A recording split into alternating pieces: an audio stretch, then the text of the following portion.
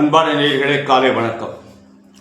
மாதர்மே மதுகைட பத்னி மகிஷ பிராணாபகே கரோத்திய கேலா நிர்மித தூம்புரலோஜனவதே கே ஷண்டமுண்டார்ச்சனி நிஷேஷிகிருதரத்த பீஜ தனுஷே நித்யே நிசும்பாவகே சும்பத் வம்சனி சங்கரா துரிதம் துர்கே நமஸ்தே அம்பிகே அருணமணி நிபாங்கம் அக்ரிகேசம் கரண்டம் டமருக தராபாசம் கட்ககத்தம் கபாலம் அனல நயன நாகமாசனம் பத்மபீடம் அகில புவன மாதம் ஸ்ரீதளம் மாரிரூபம் ஆய கலைகள் 64 ஏய உணர்விக்கும் என் நம்மை தூய என் உள்ளத்தினுள்ளே இருப்பழுங்கு வாராதிடர் படிக நிறமும் பவளச் செவ்வாயும் கடிகமள் பூந்தாமரை போர்க்கையும் துடி இடையும் அல்லும் பகலும் துதித்தால் கல்லும் சொல்லாதோ கவி. அன்பு சார்ந்த நேயர்களே, இன்று கார்த்திகை மாதம் 19ஆம் நாள் வெள்ளிக்கிழமை, சுக்கிரவாரம்னு சொல்றது. பிரதமை தீதி வளர்பிறை தேய்பிறை பிரதமை, பௌர்ணமிக்கு அடுத்த பிரதமைக்கு பவர் கிடையாது. ரோகிணி நட்சத்திரம் மதியம் 1:35, பின்னாடி மிருகசி நட்சத்திரம். ரோகிணி இருக்கிற வரை மரண யோகம், அதுக்கப்புறம் மத்தியானத்துக்கு மேலே சித்த யோகம். ராகுகாலம் வெள்ளிக்கிழமை எப்போதுமே 10:30 முதல் 12, யமகண்டம் 3 முதல் 4:30, குளிகன் 7:30 முதல் 9, சூலம் மேற்கு, பரிகாரம் வெள்ளம். அன்பான நேயர்களே, இன்று கிரகங்கள்லாம் எப்படி இருக்கிறது அப்படின்னு பார்ப்போம். இன்று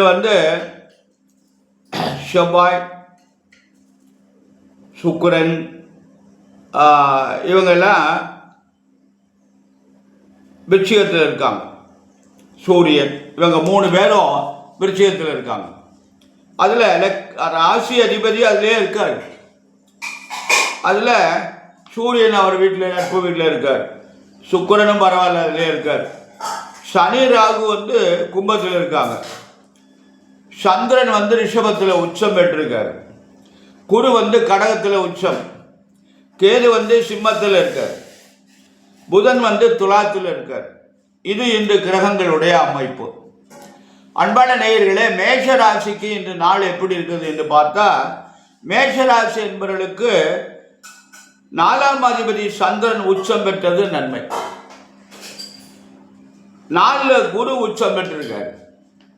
9ஆம் அதிபதி குரு உச்சம். இப்ப 2 கிரகம் உச்சம். மேஷ ராசி அதிபதி செவ்வாய் சொந்த வீட்டில் ஆட்சியில், 11 சனி ராகு. இதெல்லாம் மேஷராசிக்கு நல்ல அமைப்பு. மேஷராசி என்பவர்களே, உங்களுக்கு நல்ல நாள், கவனமாக நடந்து கொள்ளுங்கள், நல்ல முன்னேற்றம் இருக்கிறது. அன்பான ரிஷபராசி என்பவர்களே, உங்களுக்கு குருபகவான் 3ல் இருக்கார். 3ஆம் இடத்துல குருபகவான் இருப்பது அவ்வளவு சிலாக்கியம் இல்லை, அதனால உங்களுக்கு நன்மை இல்லை. ஆனால் 10ல் சனி ராகு இருப்பது தொழிற்சாலம் நன்றாக இருக்கிறது.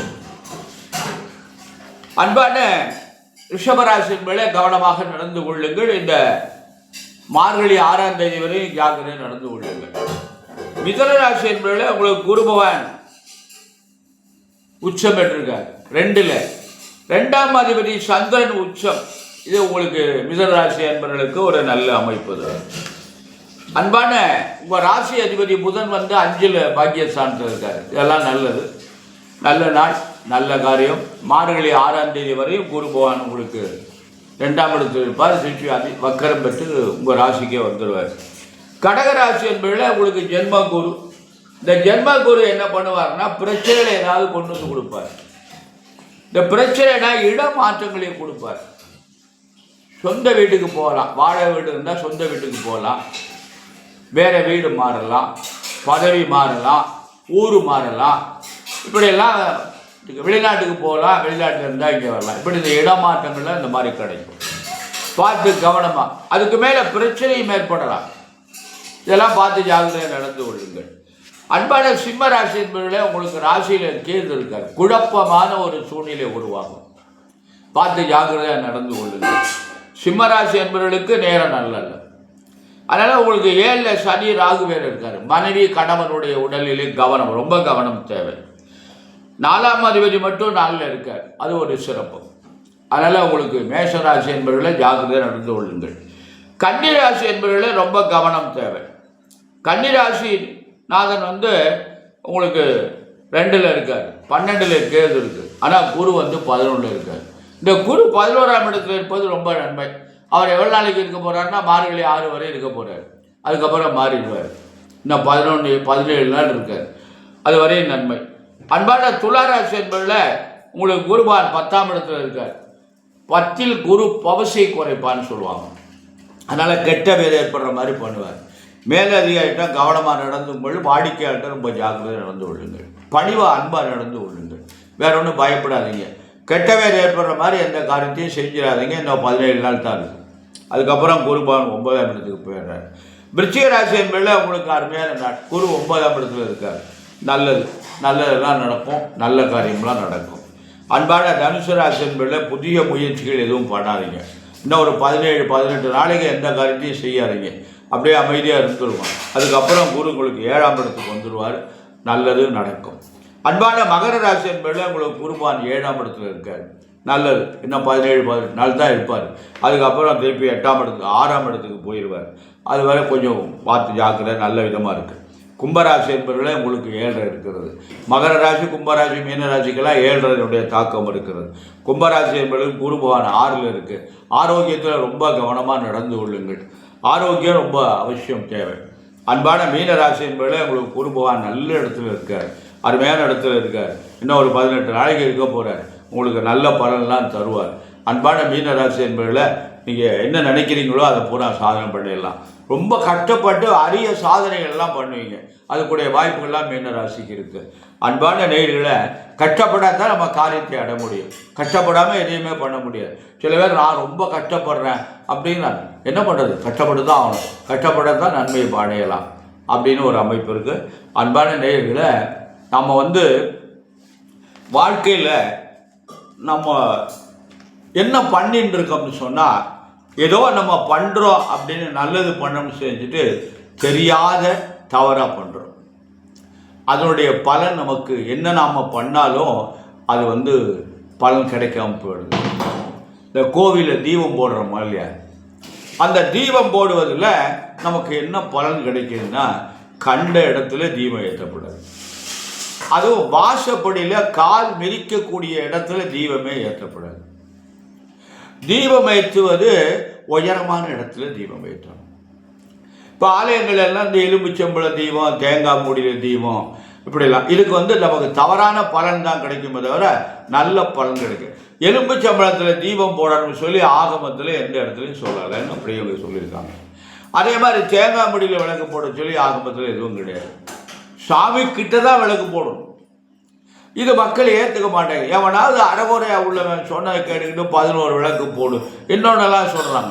6 வெத்தலையில் விளக்கு போட்டேன், 6 வெத்தலையை வச்சு அதில் அகல் வச்சு விளக்கு போட்டேன், அதில் எலும்புச்சம்பழத்தை புரிஞ்சு விட்டு அது மேலே வச்சு விளக்கு போட்டேன், இப்படிலாம் சொல்கிறாங்க.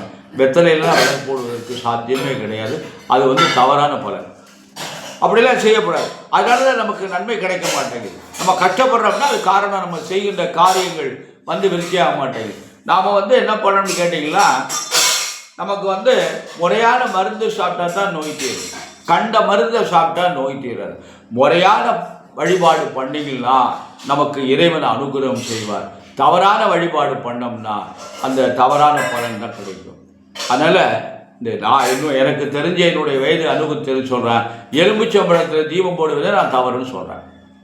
ஏன்னா அந்த எலும்புச்சம்பழத்துக்கு கம்பீர பலம்னு அதுக்கு பேர்.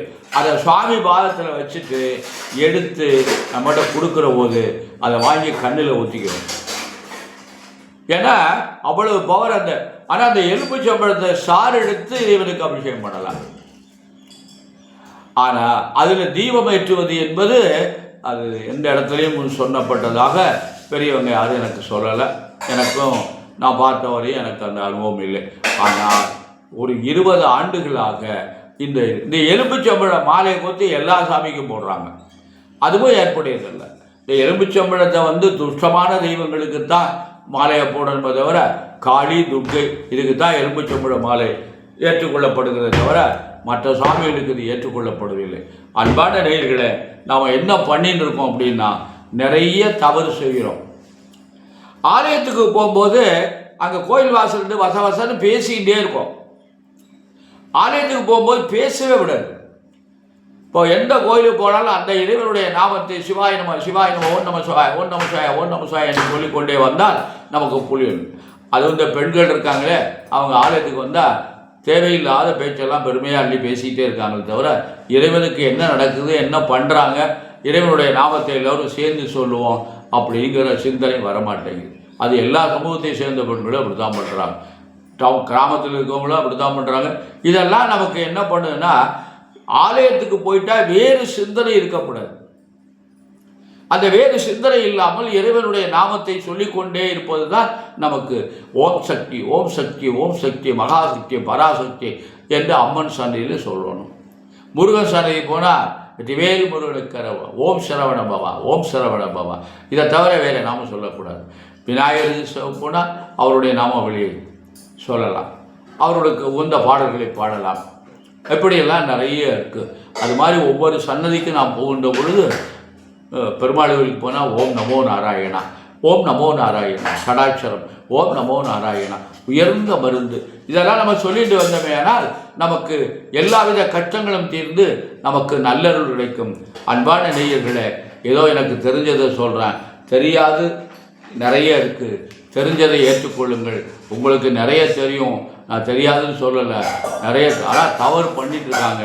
அது சொல்வதற்காக தான் சொல்கிறேன். அன்பான நேயர்களே, நம்முடைய குழந்தைகள் நன்றாக படிக்கணும், நல்லா படித்து நல்ல உத்தியோகத்துக்கு போகணும், கை நிறைய சம்பாதிக்கணும், அவங்களுக்கு நல்ல வாழ்க்கை துணை அமையணும், அவங்களுக்கு நல்ல குழந்தை பிறக்கணும் என்பதற்காக எல்லாம் வல்ல எம்பெருமான் சர்வேஸ்வரனையும் வள்ளல் பெருமான் வள்ளியின் மலாளன் முருகனையும் என் தாய் பராசக்தி அன்னை முத்துமகாமாரியம்பையும் பிரார்த்தனை செய்து நிறைவு செய்கிறேன். நன்றி, வணக்கம்.